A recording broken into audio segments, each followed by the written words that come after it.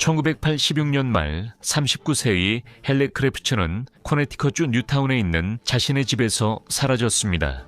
그녀는 새아이의 헌신적인 어머니이자 신뢰받는 직원이었기 때문에 그녀의 갑작스러운 실종은 큰 우려를 불러일으켰습니다. 처음에 경찰은 이를 심각하게 받아들이지 않았지만 친구들과 가족, 그리고 사설 탐정의 압박 덕분에 그녀의 실종 뒤에 숨겨진 끔찍한 진실이 곧 드러났습니다.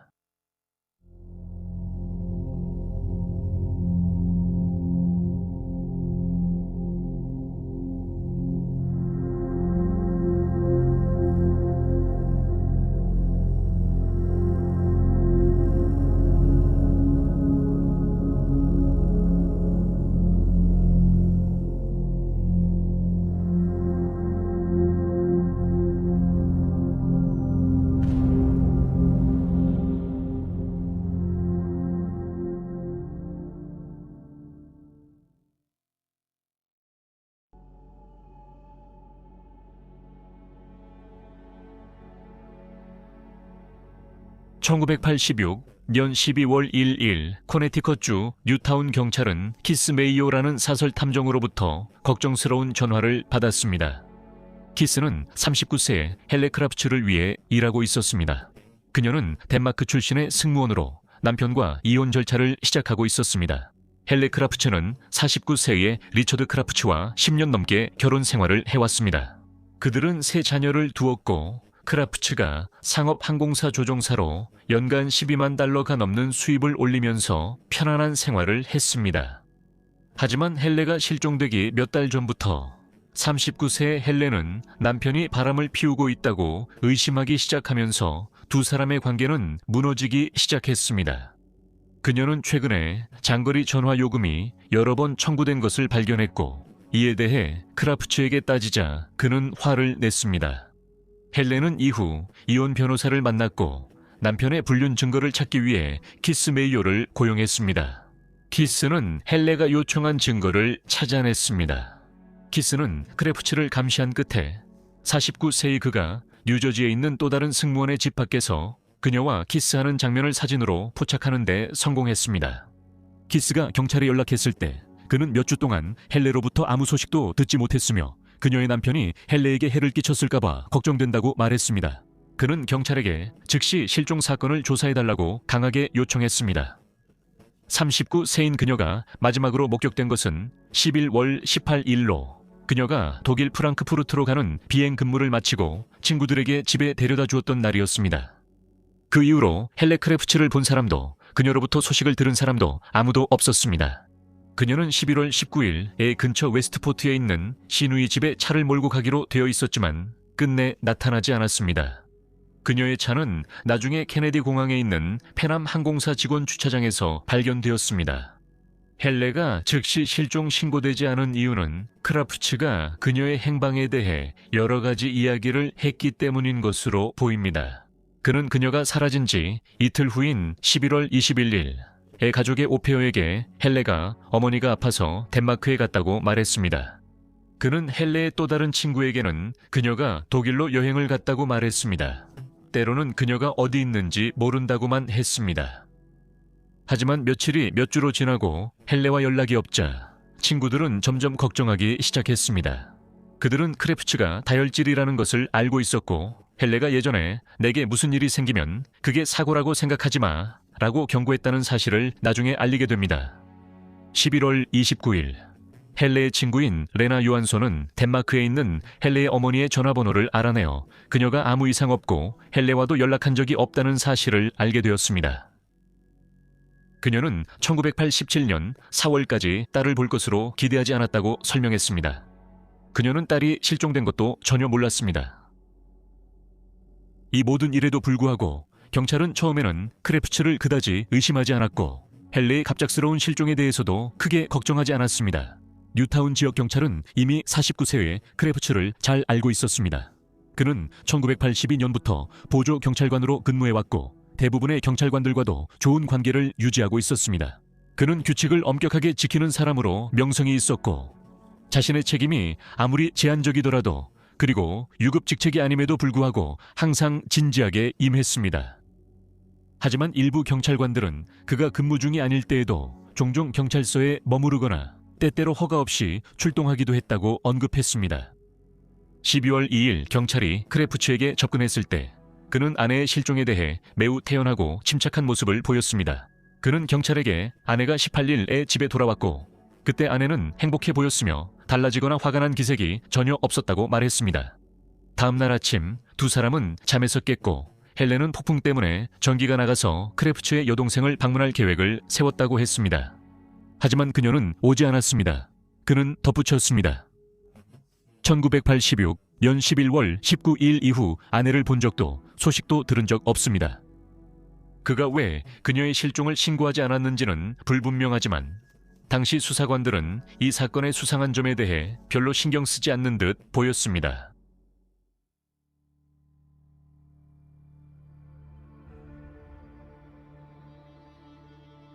경찰은 헬레가 사라진 후 며칠 동안이나 그녀의 사건을 우선시하지 않았고 그녀의 실종을 잠재적인 부부 문제로 치부했습니다.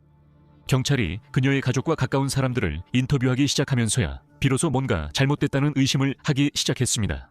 그녀의 친구들과 가족 모두 헬레가 어린 자녀를 갑자기 떠나지 않을 것이며 아이들이 안전하게 돌봄을 받는다는 확신 없이는 사라질 사람이 아니라고 동의했습니다. 이 시기에 수사관들은 크레프츠가 여러 차례 혼호에 관계를 맺어왔다는 사실도 알게 되었고 이는 헬레의 가장 가까운 사람들 사이에서는 이미 잘 알려진 일이었습니다. 레나 요한손은 헬레의 어머니에게 연락했던 인물로 자신이 알고 있는 사실을 경찰에게 말했습니다. 여기에는 헬레가 사라지기 전에 남겼던 소름 끼치는 경고도 포함되어 있었습니다. 당국은 이 시기에 결혼 생활에 부담을 준 것이 단지 혼호의 관계뿐만이 아니었다는 사실도 밝혀냈습니다. 보도에 따르면 두 사람의 관계는 한동안 이미 불안정한 상태였습니다. 크레프츠는 부부의 재정을 관리하고 있었고 그래서 그는 헬레와 상의하지 않고 자신의 총기 수집 취미를 만족시키기 위해 종종 큰 금액의 물건을 구입하곤 했습니다. 그는 산탄총부터 리볼버, 매그넘, 석궁, 심지어 수류탄까지 수십 개의 무기를 가지고 있었습니다. 그는 집안에 모든 총기의 탄약을 잠가두었고 여가 시간에는 자신의 수집품을 청소하고 닦고 정리하는 데 몰두했습니다. 그는 정기적으로 총기 전시회에 참석해 다음 구매를 확보했고 종종 헬레에게 집안 비용을 자신의 월급으로 부담하게 해서 그녀가 자신을 위해 쓸 수 있는 돈이 남지 않게 했습니다. 크라프츠는 또한 조경 장비를 사는 경향이 있었는데 그중 대부분은 한 번도 사용하지 않았습니다. 그는 데코를 사는데 25,000달러를 쓴 적도 있습니다. 이웃들은 그들의 정원이 움직이지 않는 기계들로 가득 차 있어서 보기 흉했다고 말했고 집에는 거의 항상 수리가 진행되고 있었다고 언급했습니다. 크레프츠가 돈을 쓴 또 다른 것은 경찰 절차에 대해 교육해주는 값비싼 훈련 세미나였습니다. 그는 1986년에 사우스버리 경찰서에 입사한 후 이 일을 시작했는데 그곳에서 그는 시간당 7달러밖에 받지 못했으며 이는 파일럿으로 일할 때 받던 급여에 훨씬 못 미치는 금액이었습니다. 몇몇 기자들은 나중에 49세의 크레프츠가 경찰 임무를 이상할 정도로 열정적으로 수행했다고 묘사했습니다. 그리고 그는 자신의 돈으로 1985년식 포드 크라운 빅토리아를 구입했는데 이 차는 코네티컷주 경찰이 사용하는 것과 같은 종류였으며 라디오, 경광등, 사이렌 등 경찰 장비를 직접 장착했다고 언급했습니다. 이뿐만 아니라 크레프츠의 폭력 성향은 결혼 초부터 분명하게 드러났습니다. 헬렌은 여러 차례 얼굴에 멍이 든 채로 공개석상에 나타났으며 최소 한 명의 친구는 크레프츠가 아내를 여러 번 때렸다고 경찰에 진술했습니다. 그녀는 또한 크레프츠가 첫 임신 때 자신을 끔찍하게 대했다고 회상했으며 헬렌은 친구에게 자신이 겪은 일에 대해 크레프츠를 절대 용서하지 않겠다고 말했습니다. 크레프츠가 가족에게 관심이 없었던 것도 부부에게 또 다른 장애물이었습니다. 헬레의 친구들에 따르면 아이들이 태어난 후 크레프츠는 종종 며칠씩 사라지곤 했습니다. 그는 자신의 행방에 대해 설명하기를 거부했고 그냥 가방을 싸서 떠나버렸습니다. 헬렌은 그가 출장 중인지 총기 전시회에 간 건지 아니면 다른 어디에 있는지 전혀 알지 못했다고 말했습니다. 경찰 인터뷰로 돌아가서 결국 수사관들은 그 부부의 어린 오페어인 돈 토마스를 만났습니다. 그녀에 따르면 11월 19일 아침에 크레프츠가 그녀를 오전 6시에 깨우며 헬레가 웨스트포트에 있는 언니 집으로 운전해서 가고 있다고 말했고 나중에 거기서 그녀를 만날 거라고 했습니다. 돈은 이것이 이상하다고 생각한 이유를 기억했습니다. 뉴타운에는 심한 눈보라가 몰아쳤기 때문입니다. 도로 상태가 운전하기 어려웠고 게다가 시야도 매우 나빴습니다.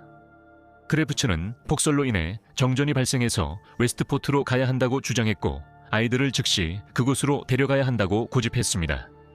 3명의 어린아이들은 오전 6시 30분에 깨워져서 돈과 함께 가족 차량에 태워졌습니다. 크래프츠는 4사람을 그의 여동생 집까지 데려다주고 그들을 내려준 뒤 거의 바로 떠났습니다. 하지만 돈이 놀란 것은 헬레가 집에 없었다는 점이었습니다. 그녀와 아이들은 오후 7시가 되어서야 데리러 왔고 그때까지도 헬레는 여전히 보이지 않았습니다. 돈은 그날 밤 늦게 크래프츠에게 아내가 어디 있냐고 물었던 것을 기억했습니다. 그는 모르겠어요 라고 대답했습니다. 다음날 아침에 그녀가 다시 물었을 때 그는 아내가 어머니가 아파서 덴마크에 갔다고 설명했습니다. 돈은 이 무렵에 안방 카펫 일부가 잘려나간 것을 알아챘다고 수사관들에게 말했습니다. 그리고 그녀가 이 점을 크래프츠에게 지적하자 그는 등유를 쏟았기 때문에 카펫을 교체할 것이라고 설명했습니다. 이로 인해 수사관들은 마침내 크래프츠를 의심하게 되었습니다. 그는 12월 초에 거짓말 탐지기 검사를 받았고 이를 통과하여 일부 당국자들은 그가 아내의 행방에 대해 전혀 모른다고 믿게 되었습니다. 하지만 일부 형사들은 여전히 그의 이야기를 의심했고 많은 이들은 그가 연간 10만 달러가 넘는 항공기 조종사로 일하면서도 저임금 경찰직을 택한 사실에 지쳐 있었습니다. 헬레의 친구들은 크래프츠에 대해 부정적인 이야기만 듣고 본 사실도 있었습니다. 그녀의 많은 친구들은 크래프츠에 대한 경멸을 분명히 했고 경찰에게도 그들의 의심을 알렸습니다. 그들은 그녀의 사건에 대한 소식을 듣기 위해 끊임없이 경찰서에 전화를 걸었고 수사관들에게 답을 찾도록 압박을 가하는 데 도움을 주었습니다.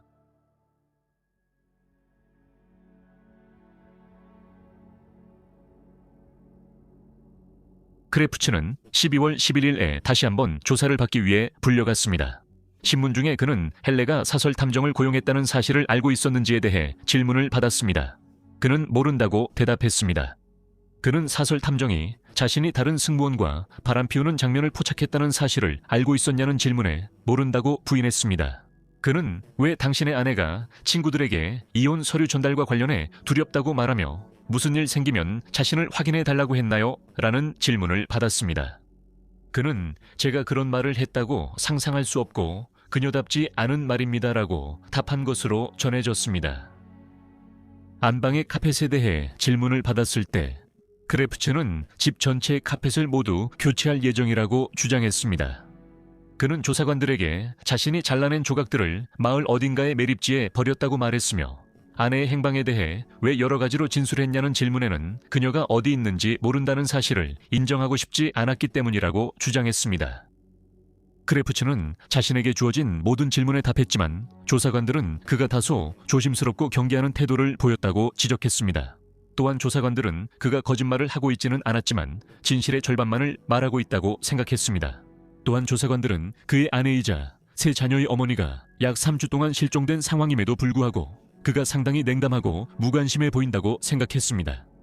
크래프츠는 이후 또 다른 진술을 했지만 이는 대부분 당국이 이미 알고 있던 내용을 반복하는 한 페이지 분량에 도움이 되지 않는 정보였고 그 후 석방되었습니다.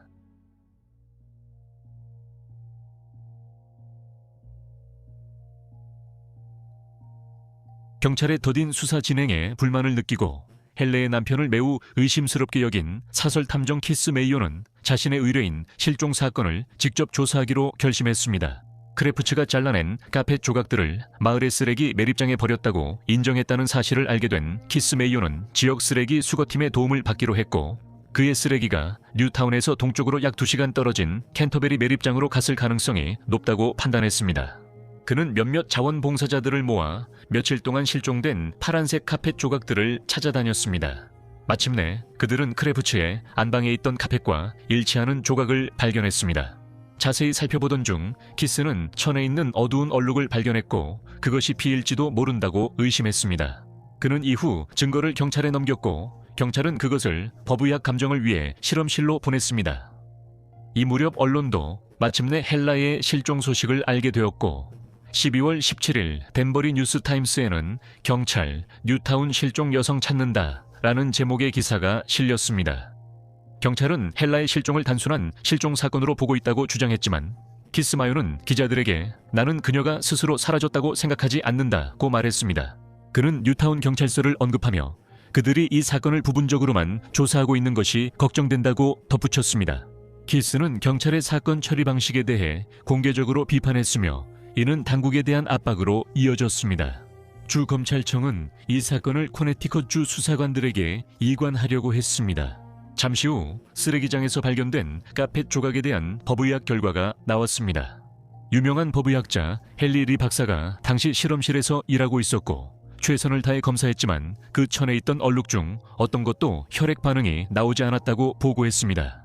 이러한 차질과 커져가는 압박으로 인해 사건은 서부 지구 중대범죄 수사대 형사들에게 넘겨졌고 그들은 즉시 리처드 크래프츠에게 초점을 맞췄습니다. 수사관들은 처음부터 다시 시작하여 크래프츠가 헬레가 실종되기 전 며칠 동안 무엇을 했는지 조사하기 시작했습니다. 그의 신용카드와 전화 기록을 조사하던 중 수사관들은 크래프츠가 마스터카드로 여러 건의 결제 내역이 있다는 것을 발견했습니다. 그중 11월 13일에 댄버리의 한 가전제품 매장에서 $175에 대용량 냉동고를 구입한 사실이 드러났습니다. 그는 11월 17일에 매장에서 냉동고를 가져갔습니다. 또한 그는 다리엔 렌탈스에서 $900에 정체불명의 기계 장비도 빌렸습니다. 중범죄 수사팀의 형사들에게 이것들은 매우 심각한 경고 신호였습니다. 크래프츠는 왜 그렇게 큰 냉동고가 필요했을까요? 그리고 어떤 종류의 기계 장비가 대여비가 거의 $1,000나 할까요? 당국은 크래프츠가 아내 헬레와 함께 살았던 집에 대한 수색 영장을 준비하는데 며칠을 보냈습니다. 영장에는 크래프츠가 아내의 행방에 대해 계속 바뀌는 이야기를 했다는 점, 헬레의 친구들이 그의 폭력성과 그녀가 남편을 두려워했다는 진술, 그녀의 실종에 대해 크래프츠가 보인 이상한 무관심, 그리고 부부의 오페어가 한 진술 등이 기록되었습니다. 그들은 무언가 폭력적인 일이 일어났으며 크래프츠가 알고 있는 것이 더 많다고 결론 지었습니다. 그들은 집안에서 필요한 증거를 찾을 수 있을 것이라고 믿었습니다. 경찰은 곧 크래프츠가 아이들과 함께 플로리다에서 휴가를 보내고 있다는 사실을 알게 되었습니다. 이로 인해 수사관들은 12월 25일에 수색영장을 집행하게 되었습니다. 그들은 집이 엉망진창인 것을 발견했습니다. 바닥에는 더러운 옷들이 널려 있었고 부엌에는 설거지하지 않은 식기와 접시들이 쌓여 있었으며 이상하게도 거실 바닥에는 맨 매트리스가 놓여 있었습니다. 집안의 카펫은 이미 모두 걷어내져 있었고 수사관들은 냉동고를 발견해 수색했지만 그 안에는 아무것도 없었습니다. 그들은 그것이 크래프츠가 최근 산 것이 아니라 부부가 예전에 쓰던 냉동고임을 곧 알게 되었습니다.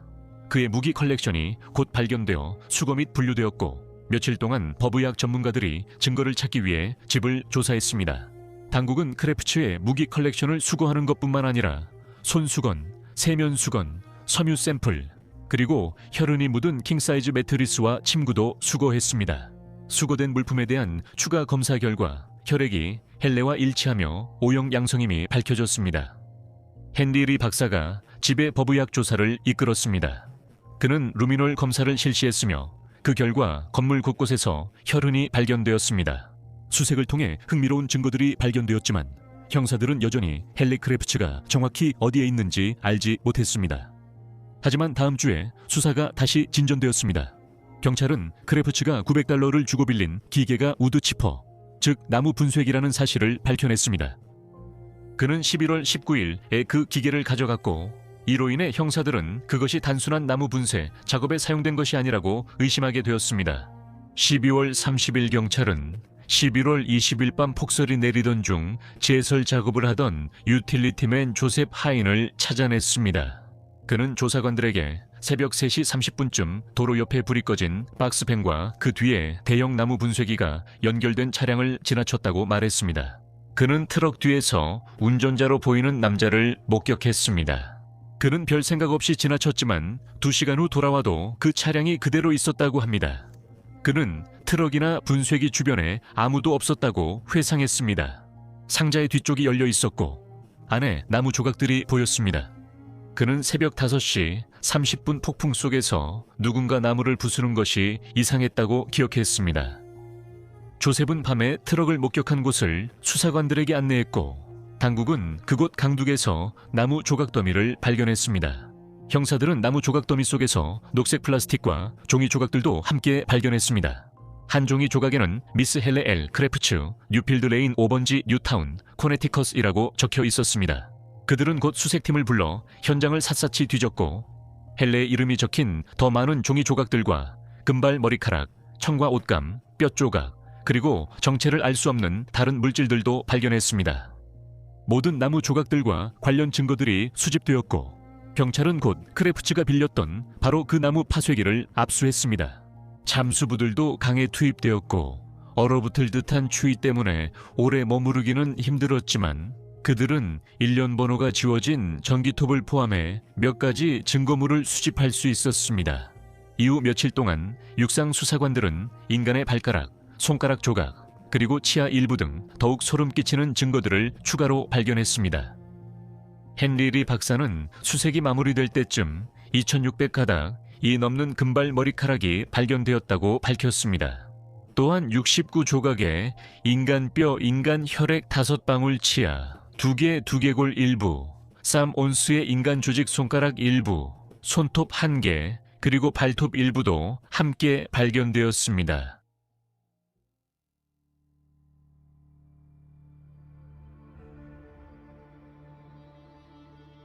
리처드 크래프츠에 대한 체포영장은 1987년 1월 11일에 발부되었습니다.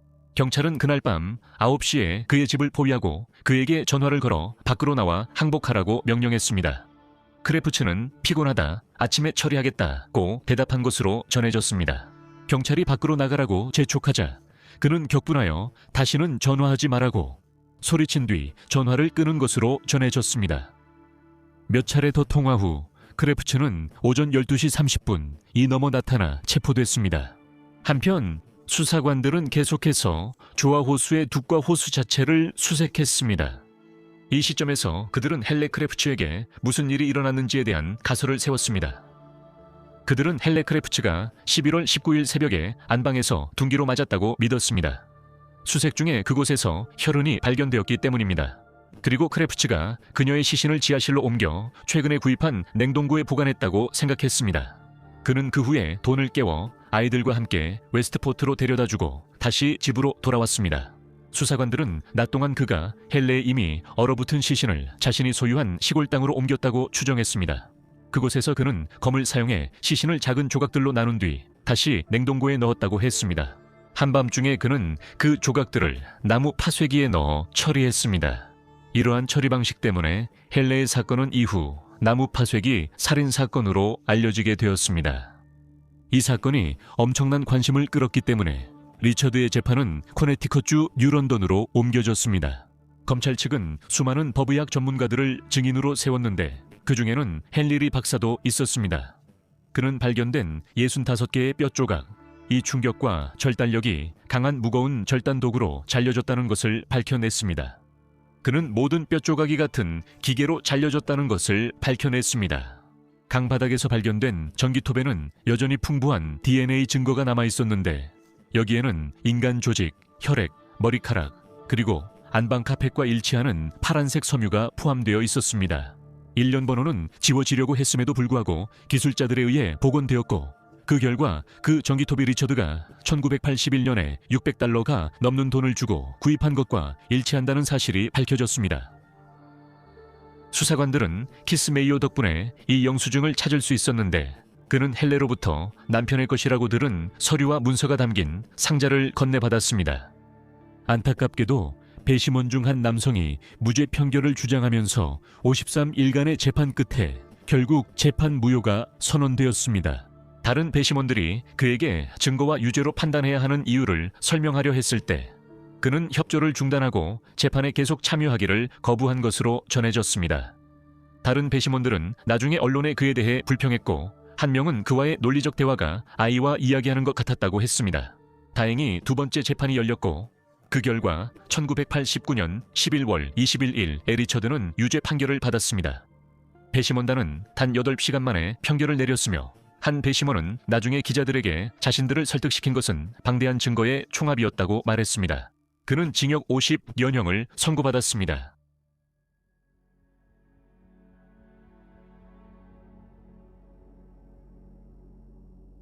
2009년 리처드 크래프츠는 71세였으며 여전히 형을 복역 중이었습니다. 그는 수감번호 15만 2724번이었으며 코네티컷 서필드에 위치한 최고 보안 등급의 맥두걸 워커 교정시설에 수감되어 있었습니다. 이 시점에서 그는 단 2번의 징계 처분만 받았으며 2번 모두 금지 물품 소지로 인한 것이었습니다. 2020년 1월 82세가 된 그는 코네티컷 브리지포트에 있는 재향군인을 위한 임시주거 프로그램의 일환으로 하프웨이 하우스로 이송되었다고 발표되었습니다. 그는 50년형을 선고받았음에도 불구하고 여러 가지 이유로 조기 석방되었는데 주로 법정 선행 감형, 스타튜터리 굿 타임이라는 옛 형법 때문이었습니다. 이 법은 이후 개정되었지만 수감자가 교도소 내에서 모범적인 행동을 하거나 교도소 내 직업에서 성실히 일할 경우 형량에서 상당한 기간을 감형받을 수 있도록 허용했습니다. 크래프츠가 새로운 법에 따라 선고를 받았다면 형량이 감형되지 않았을 것이고 아마도 아직도 감옥에 있었을 것입니다. 크래프츠는 또한 바로 사회로 복귀하는 대신 감독해 있는 프로그램으로 전환할 수 있도록 조기 석방되었습니다. 그는 지역 사회에 대한 위험도가 낮은 인물로 분류되었습니다. 그는 석방되기 전에 윌라드 시볼스키 교정시설이라는 저보안 시설에서 복역하고 있었습니다.